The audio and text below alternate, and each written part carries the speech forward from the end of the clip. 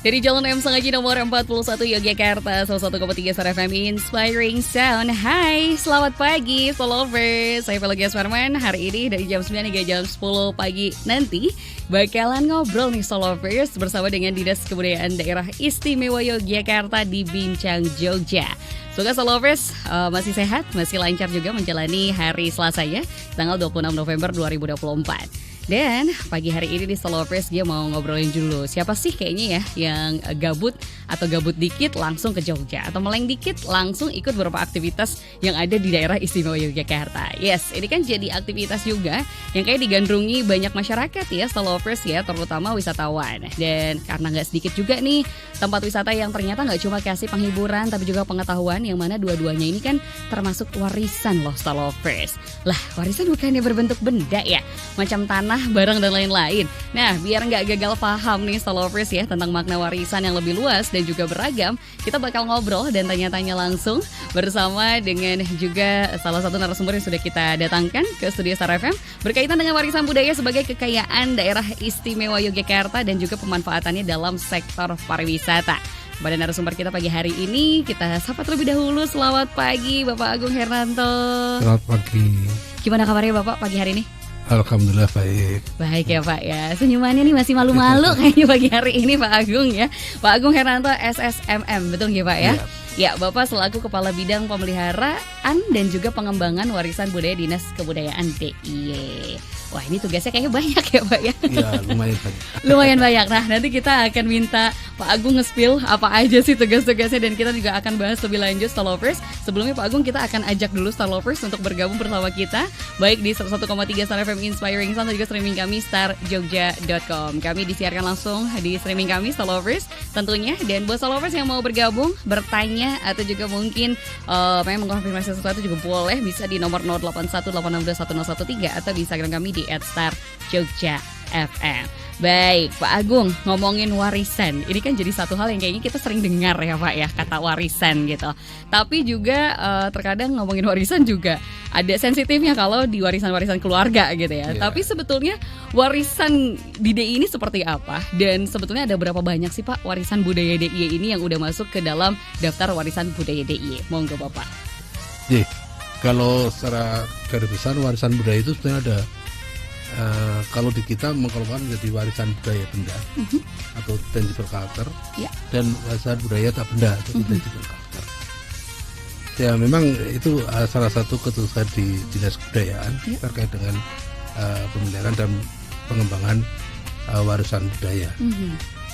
Dan memang kalau untuk warisan untuk jumlah sendiri, kalau levelnya nasional itu memang kita ada beberapa cukup banyak. Kalau secara nasional itu cagar budaya tingkat nasional kita ada 26 cagar budaya. Tapi untuk warisan budaya benda kita ada 212 yang sudah ditetapkan nasional. Baik. Itu yang salah. Tapi kalau jumlah keseluruhan di DIY saya kira cukup banyak, lebih dari 2000 mungkin ya. Jadi kalau untuk keseluruhan itu baru yang cagar budaya benda. Kalau yang warisan budaya itu cukup banyak, mungkin banyak yang belum ditetapkan juga sih. Masih banyak warisan budaya yang ada di, terutama tak benda itu yang ada di masyarakat yang sampai saat ini belum ditetapkan secara nasional. Oke, baik. Ternyata ini cukup banyak ya Pak ya, baik secara nasional ataupun yang ada di DIY sendiri, baik yang udah ditetapkan atau belum gitu ya. Kayaknya selama ini juga masih terus digali dan dicari ya Pak ya, untuk tadi dilakukan pemeliharaan dan pengembangannya gitu. Tapi mungkin bisa dong Pak sedikit kasih mungkin pencerahan lagi nih sama kita semua gitu ya, apalagi Star Lovers. Sebetulnya kalau warisan sendiri, warisan budaya itu bentuknya seperti apa dan terbagi ke dalam kategori apa aja Pak dari warisan budaya ini? Ya, kalau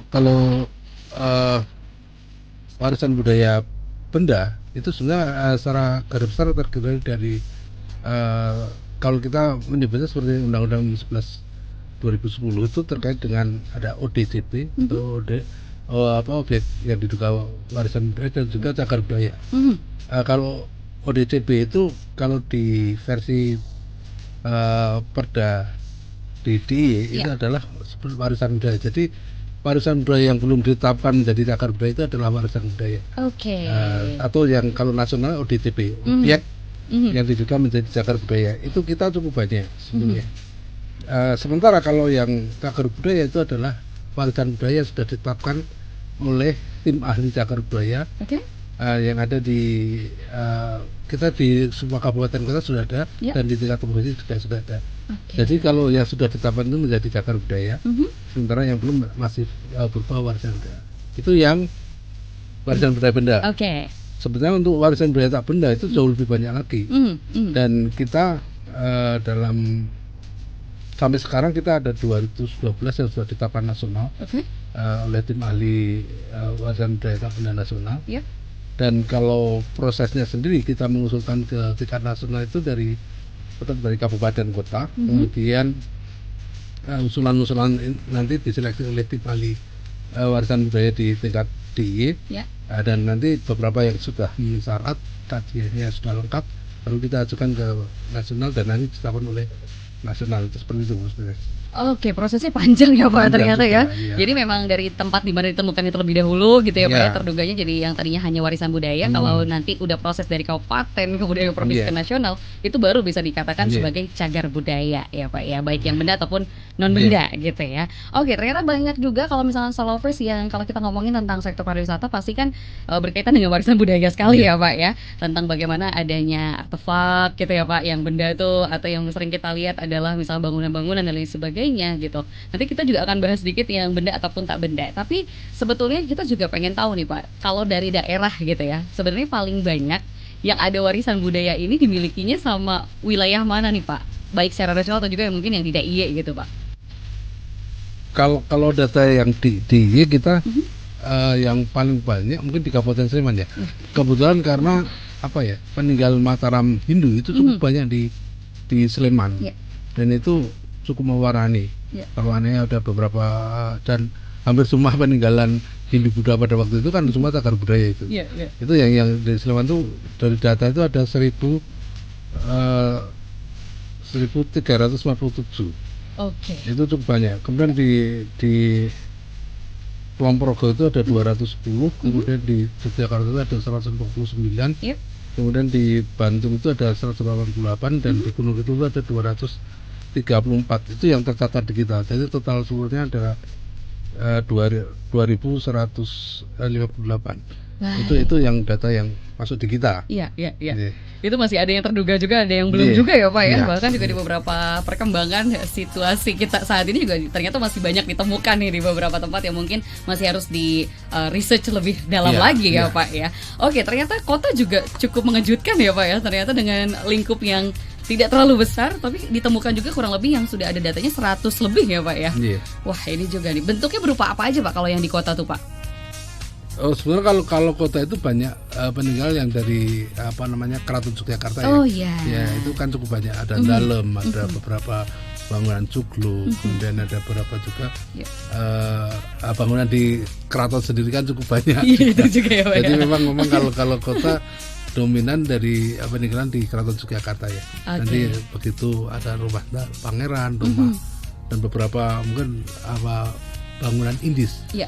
Di kota itu cukup seperti kawasan Kota Baru itu kan kawasan Belanda pada waktu itu. Betul.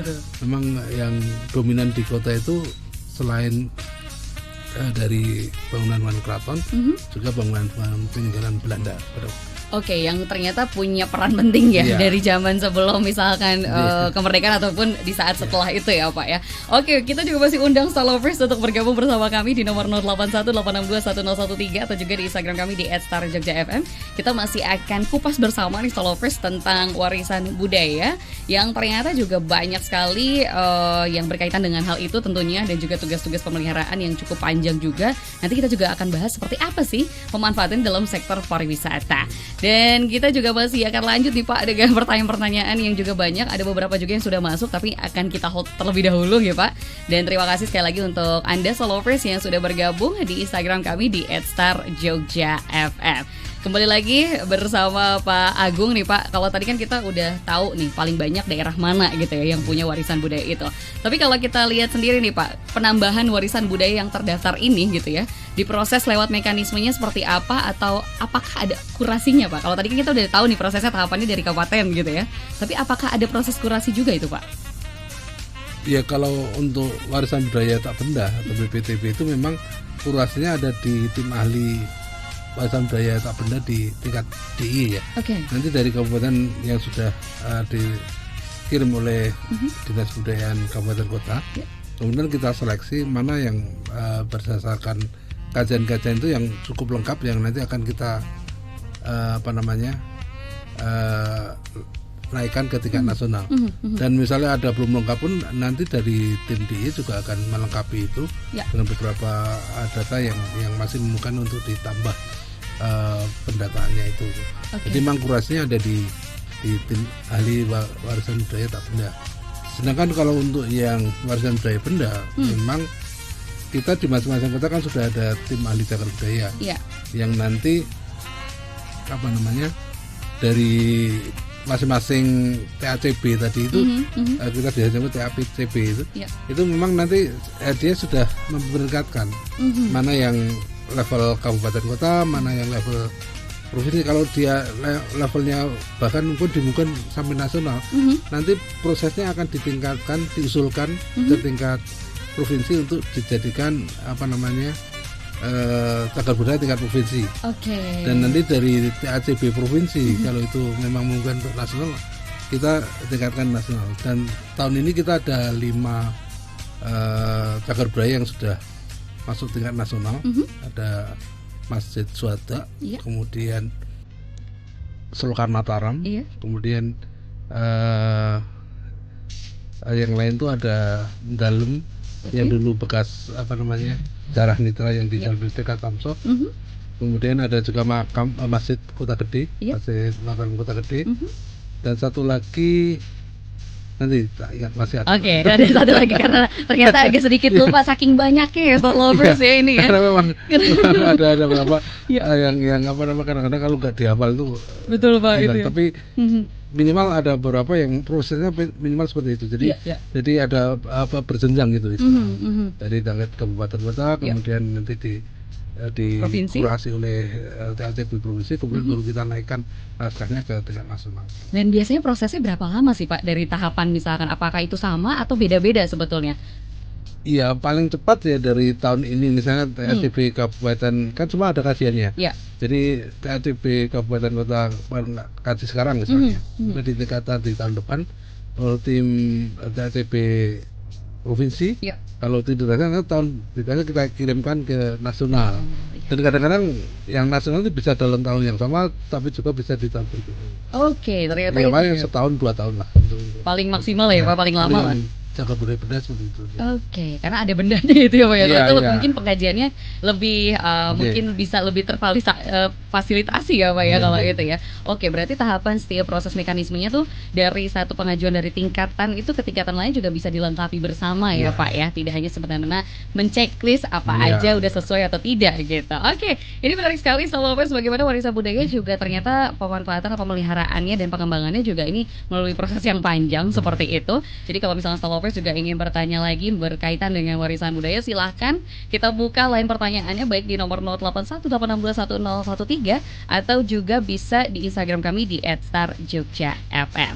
Satu lagi nih Pak, sebelum kita break atau rehat gitu, sebetulnya kita juga pengen tahu sebetulnya apa sih Pak yang harus kita lakukan gitu ya, sekilas dulu aja gitu, biar kita tuh bisa menjaga warisan budaya atau warisan budaya ini tetap terjaga. Yang dilakukan oleh Dinas Kebudayaan DIY sendiri apa nih Pak? Ya, yang pertama kita selalu menginventarisir beberapa cagar budaya yang menjadi kewenangan provinsi. Kemudian juga kita selalu beberapa yang menjadi aset di Dinas Kebudayaan kita pelihara dengan baik, dan ada pemeliharaan rutin juga. Dan kemudian juga kita selalu mensosialisasikan hal-hal terkait dengan pentingnya pelestarian ini. Untuk bisa masyarakat itu terlibat dalam proses itu. Dan juga kita yang terbaru kita juga melakukan kajian ekonomi terhadap bangunan budaya, karena pelestarian ke depan harus perlibatan. Kalau tidak ada nilai ekonominya itu kayaknya masyarakat kurang. Sehingga kita berusaha untuk cagar budaya yang sudah ditetapkan itu kalau bisa memang ada berdampak ekonomi, artinya bisa kita manfaatkan untuk kegiatan yang dapat memberikan income dari si pemilik atau juga masyarakat yang mendukung terhadap bangunan tersebut, sehingga nanti masyarakat jadi tertarik untuk melestarikan bangunan cagar budaya. Nah itu dia ya, ternyata tugas-tugas yang ini juga kan selalu harus ada perputaran ya Pak ya. Bagaimana ternyata itu tugas besar juga gitu, walaupun misalkan ada dari Dinas Kebudayaan atau juga lembaga terkait lainnya yang tentu akan mendukung gitu, tapi bagaimana juga tidak hanya sebagai satu bangunan yang hadir di tengah-tengah masyarakat, tapi juga bisa berpengaruh gitu ya Pak ya. Oke, ini sudah dikasih clue juga sama Pak Agung mengenai bagaimana atau apa sih yang dilakukan oleh Kebudayaan DIY melihat atau biar warisan budaya ini juga tetap terjaga gitu ya Solovers ya. Kita akan bahas lebih lanjut lagi tentang warisan budaya, dan kita juga sudah menampung beberapa pertanyaan yang nanti akan kita sampaikan dan kita bahas bersama Pak Agung. Tapi sebelum itu kita akan rehat sejenak Solovers, dan kita akan kembali setelah pesan-pesan berikut ini. Kembali lagi di Bincang Jogja bersama saya Velogia Swarman dan juga masih bersama Bapak Agung Solovers dari Dinas Kebudayaan Daerah Istimewa Yogyakarta.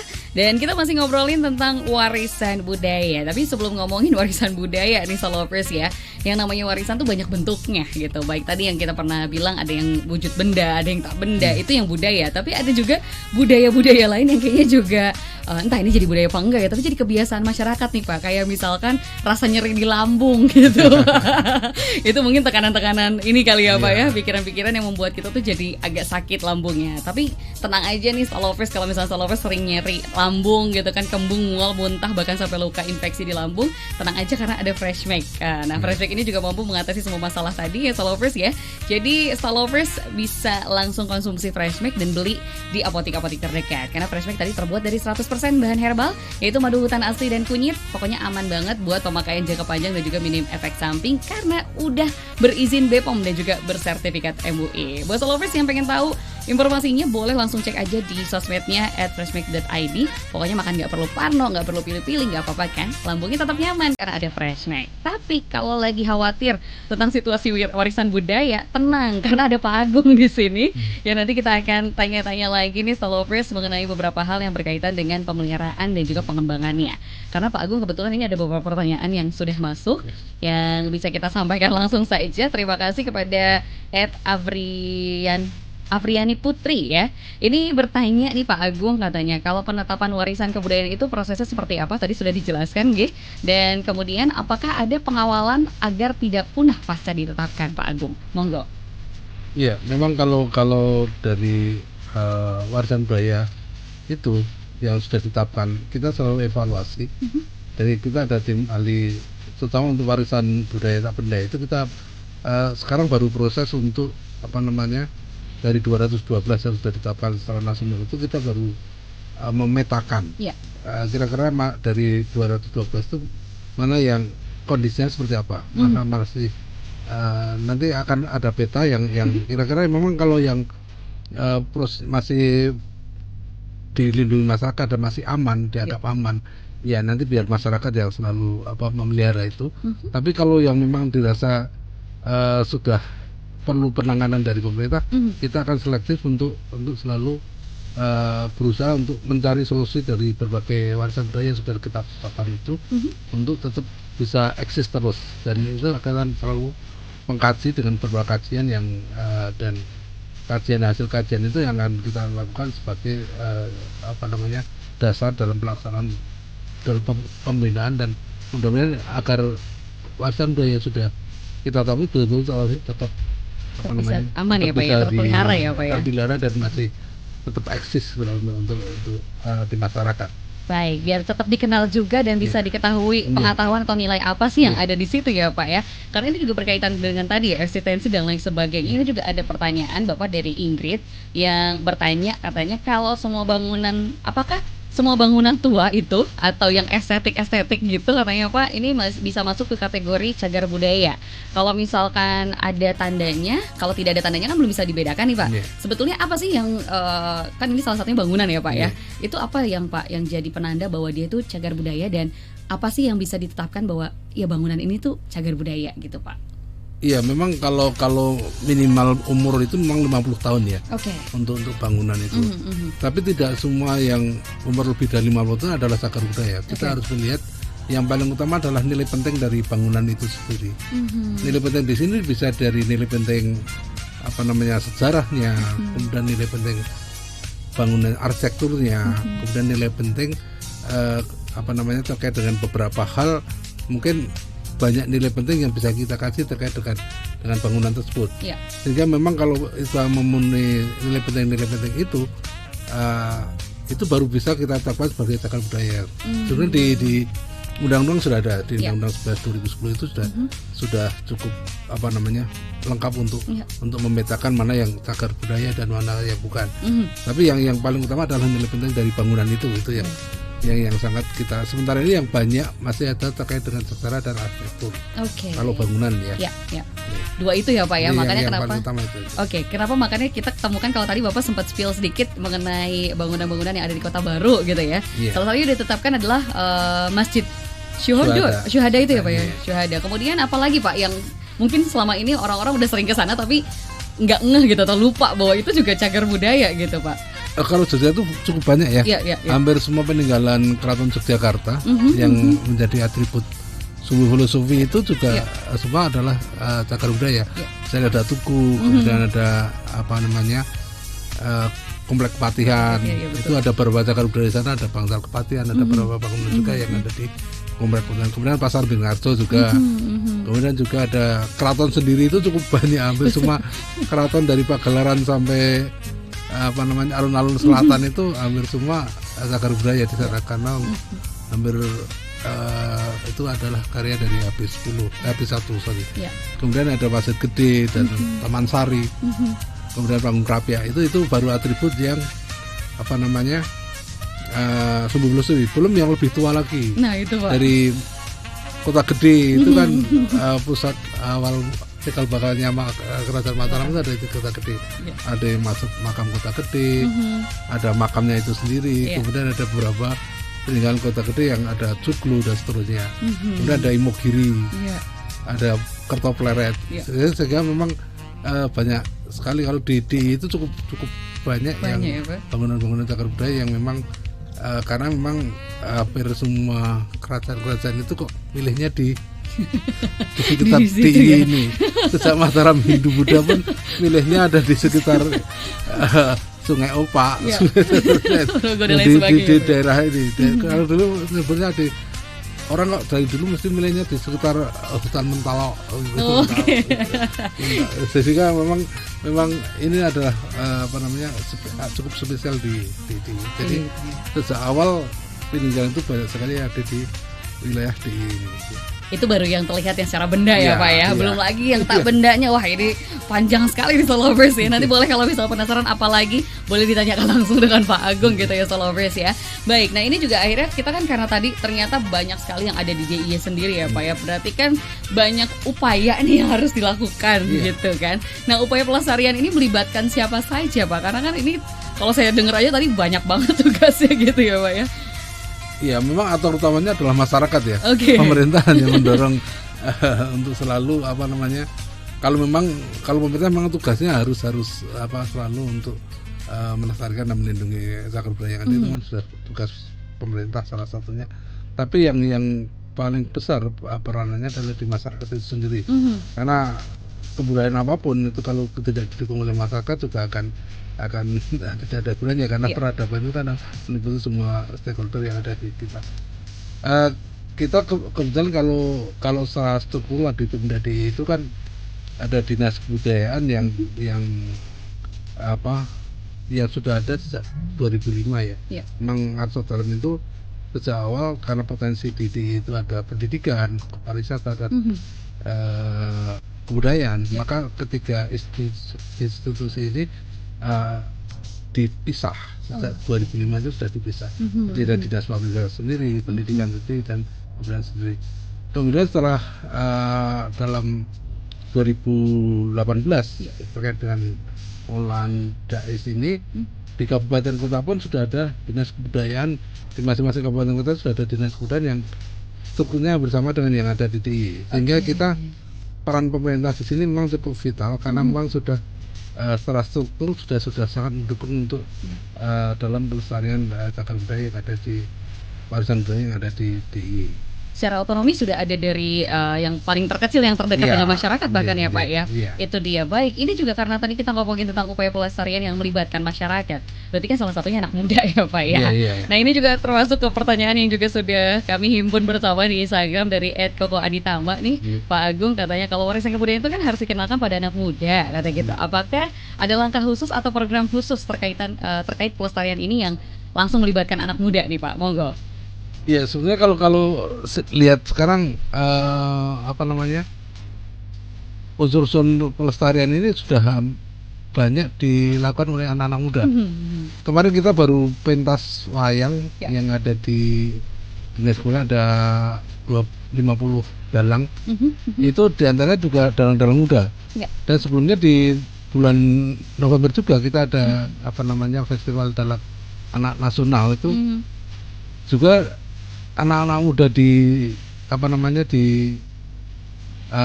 itu cukup banyak. Dan dalang muda di kita itu ada beberapa yang sudah level nasional sudah jago dan ternyata di anak-anak cukup banyak itu dalang ini. Kemudian kita juga pernah melakukan terkait dengan kegiatan orkestra. Itu juga anak-anak muda semua. Kemudian apalagi di museum itu sudah selama hampir kalau kita ada semacam kegiatan di museum itu hampir semua yang daftar anak-anak muda semua. Jadi memang sebenarnya keterlibatan anak muda itu sudah cukup, terutama di DIY itu sudah cukup aktif ya Pak, cukup besar aktif, cukup besar. Dan akhir-akhir ini rasa untuk misalnya lihat di Arjok itu hampir semua kan anak muda yang ada di sana. Saya kira memang tentunya pelaku dan itu sudah banyak juga dari anak muda sudah mulai sudah nggak mulai lagi, sudah memang sudah action untuk melakukan keterlibatan dalam kebudayaan ini sudah cukup tinggi juga. Oke, karena memang mungkin akses informasinya juga secara teknologi sudah sangat mendukung ya Pak, dan akhirnya muncullah istilah-istilah kayak museum date gitu ya Pak ya, atau performance date. Nggak cuma di kafe-kafe aja, yang ternyata sebenarnya kafe-kafe juga ada yang menggunakan cagar budaya itu sendiri. Nanti kita akan bahasnya di segmen lain, Followers, karena itu juga nanti akan kita tanyakan tadi ya, bagaimana sih di sektor pariwisatanya seperti itu. Oke, ini juga jadi jadi pertanyaan lain kalau ternyata saya mengingat juga bahwa Museum Date itu kan tidak hanya di bagian 0 km atau daerah keraton ya Pak ya. Kita sedikit ke timur, ini kan ada kayak Museum Ki Hajar Dewantara. Nah, apakah itu juga masuk ke cagar budaya dan ada bagian apa aja Pak yang termasuk warisan budaya di situ Pak? Di Museum Dewantara Kirtigria kalau di sana. Di Taman Siswa itu memang di sana adalah bangunannya sebagai museum itu adalah cagar budaya. Dan di dalamnya juga beberapa benda yang dipamerkan pun sebagian besar adalah benda cagar budaya juga. Dan meskipun dan itu sudah cukup lama dimasuk dalam Badan Musyawarah Musea di Yogyakarta. Itu yang memang sudah Baramus DIY kalau dulu.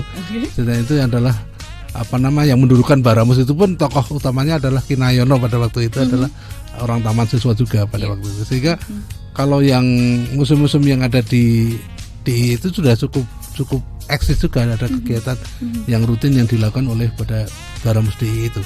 Dan saya kira memang perlu kita mendorong lebih untuk museum untuk lebih bisa lebih mandiri itu. Sehingga itu yang masih kita usahakan untuk selalu museum itu supaya berkembang dan kalau saya pernah juga tugas di Museum Sono Budoyo yang pada saat itu hampir setiap hari itu pengunjungnya cukup banyak di Museum Sono Budoyo. Setelah ada peresmian gedung baru yang hampir semua koleksi dipamerkan, yang terbaiknya dipamerkan di sana, itu cukup ternyata anak-anak dan anak-anak muda juga itu yang datang di sana. Sekarang yang orang-orang sepuh yang di Museum Sono Budoyo itu saya lihat memang antusiasme anak muda terutama itu cukup di bidang kebudayaan. Saya kira kalau di DIY cukup kuat, sehingga nanti terkait dengan beberapa museum yang ada di kita kan cukup banyak di DIY itu masuk cukup banyak museum yang ada di DIY ini, dan kita akan selalu kembangkan lebih baik lagi, dan kebetulan ada di Dinas Kebudayaan juga yang ada salah satu di bidang yang harus mengetahui terkait dengan permuseuman ini. Baik, itu ya Stolovers ya. Misalkan sekecil, misalkan nggak kecil ya, pasti besar gitu. Maksudnya kita lihat dari museum yang ada di Taman Siswa itu aja ada dari benda udah ada artefak dan lain sebagainya dan bangunan. Kemudian juga pengetahuan jelas ya Pak ya. Bahkan juga teknologi termasuk ya Pak ya di situ ya. Ada warisan budaya seperti teknologinya lebih ke kayak misalkan bagaimana metode gitu ya Pak ya. Beberapa aksi lainnya yang ternyata masih terus diwariskan sampai saat ini adalah misalkan pengerjaan batik dan lain sebagainya. Oke, ini menarik sekali Stolovers kalau kita kupas lagi satu-satu pasti waktunya harus lebih panjang gitu ya Pak Agung ya. Oke, kita akan kembali dulu, rehat sejenak dulu untuk Stolovers yang mungkin masih dari tadi pengen tanya tapi masih bingung-bingung gitu. Masih kita tunggu, tenang aja ya. Bisa langsung gabung bersama kami di nomor 0818621013 atau juga di Instagram kami di @starjogja_fm. Saya Pelagia Sparman dan juga Pak Agung akan kembali setelah pesan-pesan berikut ini. Kembali lagi di Bincang Jogja bersama Dinas Kebudayaan Daerah Istimewa Yogyakarta, Stolovers. Kita juga masih ditemani oleh Pak Agung, Kepala Bidang dari Pemeliharaan dan juga Pengembangan Warisan Budaya Dinas Kebudayaan Daerah Istimewa Yogyakarta. Baik Pak Agung, ini kita karena di segmen terakhir gitu ya, kita juga masih ada yang beberapa hal yang berkaitan dengan sektor pariwisata gitu. Kita juga pengen tahu bahwa ternyata kalau tadi kita bahas warisan budaya itu juga pelibatan masyarakat cukup banyak gitu ya Pak ya. Nah kalau kita pengen lihat sendiri nih Pak, potensi warisan budaya yang bisa dimanfaatkan dalam sektor pariwisata itu seperti apa ya Pak? Sebetulnya cukup besar ya, karena DIY sendiri itu kan pariwisatanya slogannya adalah pariwisata budaya ya. Memang sejak awal destinasi, kalau lihat destinasi utama di pariwisata di daerah istimewa Yogyakarta adalah pertama adalah Prambanan, itu sudah cagar budaya juga. Kemudian Keraton Yogyakarta itu cagar budaya juga. Dan kemudian kalau yang lain saya kira juga terkait dengan kuliner dan sebagainya, itu cagar budaya juga. Ada bakpia Pato, ada Kipo di Kota Gede. Dan berapa memang kalau lihat di pariwisata di Jogja itu sebetulnya memang sudah sangat lekat dengan budaya. Saya kira memang kelebihan di DIY adalah di sektor kebudayaannya, sehingga memang pariwisata DIY pun dia mengembangkan adalah pariwisata budaya. Dan memang kalau akhir-akhir ini banyak pengembangan terkait dengan potensi alam dan sebagainya, itu memang salah satu yang harus pengembangan pariwisata itu sendiri. Tapi basic utama dari pariwisata di Jogja tetap budaya. Dan kalau lihat dari wisatawan pun, kalau yang klasik, yang masyarakat di yang masyarakat wisatawan Nusantara sendiri, saya kira memang lihat di Jogja itu suasananya, kemudian juga kulinernya yang banyak itu memang sangat mendukung untuk Jogja sebagai salah satu destinasi untuk wisatawan Nusantara. Sebenarnya untuk Winus, saya kira dengan warisan budaya yang ada di DIY dan aktivitas yang ada di kita, keseniannya, seni pertunjukannya, ada wayang, ada batik, ada gamelan, kemudian juga terkait dengan keris. Itu dan nanti juga diekspresikan dengan beberapa pameran di museum-museum dan juga di beberapa kegiatan terkait dengan wayang yang dipentaskan di berbagai tempat. Itu adalah salah satu ciri khas yang menarik dari DIY untuk wisatawan asing. Dan kemarin kita penetapan Suhu Lusu Yogyakarta, saya kira itu salah satu juga yang menjadi penasaran wisatawan asing untuk datang ke Jogja juga. Karena dengan penetapan menjadi warisan dunia itu adalah hal titik poin untuk meningkatkan pariwisata, terutama di DIY ini akan lebih baik lagi. Oke, ternyata salah satu yang jadi diminati wisatawan asing salah satunya tadi ya Pak ya. Banyak juga yang akhirnya kenapa di setiap tempat gitu, tempat wisata juga sering ada pergelaran misalkan dari seni budayanya sendiri. Baik, itu juga Stolovers yang ternyata memang kalau kita lihat lebih condong kemana, semuanya ternyata condong ya Pak ya, hampir rata bahkan ya kayak gitu ya. Siapa aja yang diminati nanti, walaupun mau itu Wisnus atau juga wisatawan asing seperti itu. Tapi biar sinergi warisan budaya ini juga terus gitu ya Pak ya, dengan dunia pariwisata ini bisa lebih mensejahterakan masyarakat gitu. Adakah kebijakan khusus Pak yang akhirnya coba diambil oleh Pemda DIY sendiri nih Pak? Ya, kalau di Dinas Budaya sendiri kita sudah berusaha untuk mengkaji beberapa warisan budaya yang memungkinkan untuk dialihfungsikan. Misalnya ada beberapa bangunan cagar budaya yang dimanfaatkan untuk sebagai restoran, sebagai kafe, itu akan menguntungkan pengusaha itu sendiri. Dan memang dengan di warisan budaya yang digunakan secara langsung itu otomatis upaya pelestarian itu akan tetap dijaga oleh masyarakat itu sendiri. Itu salah satu strategi kita untuk yang baru sekarang ini kita kembangkan untuk selalu pemanfaatan dari cagar budaya itu sebagai mempunyai daya dukung ekonomi terhadap masyarakat. Itu yang baru kita kembangkan, termasuk juga beberapa warisan budaya tak benda yang sebetulnya memang sudah seperti bakpia, seperti itu kan sebenarnya sudah memang menjadi salah satu sumber ekonomi dari masyarakat juga. Dan sekarang nanti tinggal kita kembangkan ke kuliner yang lain yang pasti menjadi warisan budaya untuk lebih mempunyai daya ekonomi yang lebih kuat lagi. Itu yang baru kita intinya itu warisan budaya yang kita itu punya daya dukung ekonomi untuk masyarakat pendukungnya gitu. Oke, itu menjadi salah satu faktor utama ya Pak yang coba digali lagi gitu ke depannya, baik itu secara langsung dengan aksi atau juga dengan kebijakan khusus tadi. Baik, ini karena tinggal 3 menit menuju jam 10 nih Pak ya. Mungkin ini satu pertanyaan terakhir dan juga dilanjut dengan harapan gitu Pak. Jadi kalau ada pertanyaannya adalah salah satunya tentang digitalisasi gitu Pak katanya. Apakah untuk warisan budaya ini juga udah didokumentasikan secara digital dan kekinian? Kalau iya seperti apa nih Pak? Iya, kita sekarang ini kita di bidang saya itu juga baru mengembangkan beberapa aplikasi yang sebagai untuk menyimpan beberapa data terkait dengan, kita punya aplikasi Jogja Buka dan juga Jogja Data untuk terkait dengan bangunan cagar budaya itu. Kita juga beberapa aplikasi yang dapat diakses dan kita baru pengembangan juga. Dan nanti mungkin juga terkait dengan data ini juga ada di website kita di Dinas Kebudayaan, di Tes of Jogja itu. Nanti kita di sana juga kalau mencari data terkait dengan cagar budaya sudah ada juga. Sehingga kemudian kalau di museum juga kita untuk pamerannya itu dia sudah mulai dengan digital juga. Dan itu merupakan salah satu daya tarik yang bisa kita kembangkan lebih lanjut lah.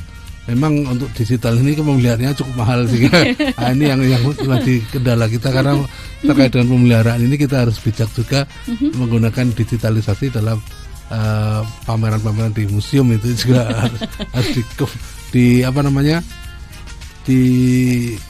diperketat kan Pak? Diperketat ya, selektif. Dalam ini beberapa mana yang perlu digital, mana yang tidak. Karena nanti terkait dengan operasional dari penganggaran tersebut. Tapi yang intinya digitalisasi ini tetap kita akan gunakan terkait itu dengan penyimpanan data, kemudian juga dengan dalam pameran-pameran yang ada di berbagai museum yang ada di karena ini ternyata banyak lagi tugasnya yang harus diseleksi lagi. Mungkin terakhir nih Pak, sebagai closing statement juga, apa sih harapan Bapak sendiri atau juga mungkin dari Dinas Kebudayaan gitu ya, dari sinergi antara warisan budaya dan wisata ini, harapannya seperti apa Pak? Ya, harapan kita dapat melestarikan potensi budaya yang ada di ini dengan bersamaan dengan stakeholder, pemerintah, kemudian swasta dan juga masyarakat itu sendiri yang betul-betul dapat memahami bahwa pentingnya budaya Jogja dan itulah adalah warisan yang telah diberikan oleh leluhur kita untuk selalu kita lestarikan dan untuk mendukung ekonomi masyarakat kita ke depan. Amin. Baik, terima kasih banyak untuk Pak Agung atas segala berbagai macam insight-nya, terus juga mungkin harapannya, dan semoga ini menjadi satu hal yang bisa direalisasikan ke depannya Pak ya. Walaupun tadi harus selektif dan lain sebagainya. Kita ucapkan sekali lagi terima kasih juga untuk Starlovers yang sudah bergabung bersama kami baik di 101,3 Star FM Inspiring Sound atau juga di Instagram kami di @star Jogja FM. Karena ini sudah pukul 10, kita akan pamit undur diri. Dan Pak Agung, terima kasih sekali lagi, semoga sehat-sehat selalu. Dan juga Starlovers, kita akan kembali dengan program-program lainnya dari Star FM. Jadi jangan lewatkan, bisa selalu stay tune juga bersama kami di 101,3 Star FM Inspiring Sound dan juga streaming kami starjogja.com. Saya Pelogia Marwan pamit beserta Pak Agung. Terima kasih banyak. Stay happy, healthy, and wealthy. Terima kasih banyak dan sampai jumpa.